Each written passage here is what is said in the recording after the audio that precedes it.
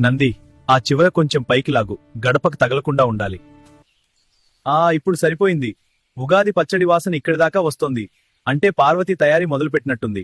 నువ్వు త్వరగా దిగిరా, మనం అరుగు మీద పంచాంగ శ్రవణానికి సిద్ధమవ్వాలి.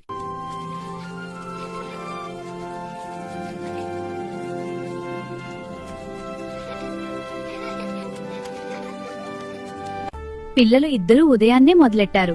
ముగ్గు కోసం కొట్లాట. అమ్మా, నేను వేసిన ఏనుగు ముగ్గు ఎంత బాగుందో చూడమ్మా. అన్నయ్య, నువ్వు వేస్తే అంతా గజిబిజి అయిపోతుంది. నేను నెమలి పించం లాంటి ముగ్గు వేస్తాను. అమ్మా, నాకే కదా ఎక్కువ రంగులిస్తావు. సరే సరే, మీ ఇద్దరికీ సమానంగానే ఇస్తాను. ముందు ఆ కాళ్ళు కడుక్కోండి, ముగ్గు తొక్కకండి.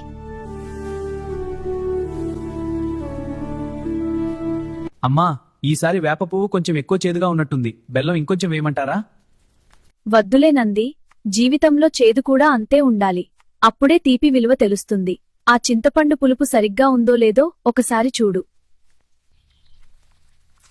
అద్భుతం అమ్మా, కారం, ఉప్పు, పులుపు అన్నీ భలే కుదిరాయి. స్వామివారు పిల్లలు పచ్చడి కోసం ఎదురు చూస్తున్నారమ్మా. ఈ పచ్చడి తింటుంటే గతేడాది అలసటంతా పోయి కొత్త ఉత్సాహం వస్తోంది. పార్వతి, చాలా రుచిగా చేశావు. అమ్మా, మామిడి ముక్కలు భలే కరకరలాడుతున్నాయి. నాకు చేదు అస్సలు తెలియడం లేదమ్మా. అంతా తీపిగానే ఉంది. ఇంకొంచెం వడ్డించు నంది. స్వామి, ఈ పరాభవనామ సంవత్సరంలో వర్షాలు బాగున్నాయని ఉంది. రైతులందరూ సంతోషంగా ఉంటారు. సంతోషం నంది. ఆదాయం వ్యయాల గురించి ఏం రాసి ఉంది? మన ఇంటి లెక్కలు కూడా ఒకసారి చూడు.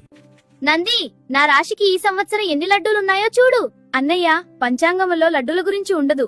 నా ప్రయాణాల గురించి ఏముందో చూడు నంది.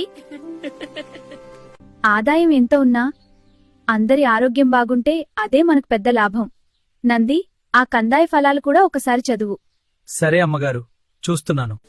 అవును నంది, ఉగాది పచ్చడి చేదు తర్వాత ఈ బొబ్బట్ల తీపి తింటేనే పండుగ పూర్తయినట్టు. నువ్వు వెళ్లి స్వామిని, పిల్లల్ని పిలువు. నేను ఎప్పుడో వచ్చేశానమ్మా. ఆ వేడి పొప్పట్టు మీద కాస్త నెయ్యి ఎక్కువ వేయవా? చూడు నంది, మన గణపతికి పూజ కంటే భోజనం మీదే శ్రద్ధ ఎక్కువ.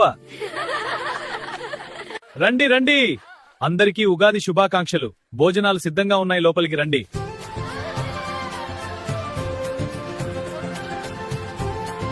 ఏమయ్యా రంగన్న, పచ్చడిలో మామిడి ముక్కలు పడ్డాయా? ఈసారి మా పెరటికాయలే చాలా రుచిగా ఉంటాయి. ఇంకొంచెం వేసుకో. నేను నెయ్యి వేస్తాను. బొబ్బట్ల మీద నెయ్యి పడితేనే రుచి. తాత, కడుపు నిండా తినాలి. అన్నయ్య, అటువైపు వెళ్లి చూడు. అక్కడ బొబ్బట్లు అడుగుతున్నారు. అమ్మా పార్వతమ్మ, భోజనాలు అమృతంలాగా ఉన్నాయి తల్లి. మీ అందరూ వచ్చి మా ఇంట భోజనం చేయడం మాకు సంతోషం. నీ చేతి వంట తిన్నందుకు మా జన్మ తరించింది అమ్మా. ఈ కొత్త ఏడాది మీ అందరి ఇళ్లలోనూ ఇలాగే సుఖ సంతోషాలు నిండాలి. చూశారా నంది, 10 మంది కడుపు నిండినప్పుడు ఆ ముఖాల్లో ఉండే వెలుగు 100 దీపాల కాంతి కంటే ఎక్కువ. నిజం స్వామి, పండుగ అంటే కేవలం పూజ కాదు, ఇలా పంచుకోవడంలోనే అసలైన భక్తి ఉంది. అయ్యా, ఈ రోజు పండుగ చాలా బాగా జరిగింది. ఊరి జనం కడుపు నిండా తిని వెళ్తుంటే మనసు నిండిపోయింది. అవును నంది, 10 మంది సంతోషంలోనే పండుగ పరమార్థం ఉంది. పిల్లలు కూడా ఎంతో ఓపిగ్గా వడ్డించారు. ఈ ఉగాది పచ్చడిలాగే అందరి జీవితాల్లోనూ అన్ని రుచులు సమానంగా ఉండి సంతోషంగా ఉండాలి. కదా అన్నయ్య, ఈ ఉగాది మనకు చాలా గుర్తుండిపోతుంది.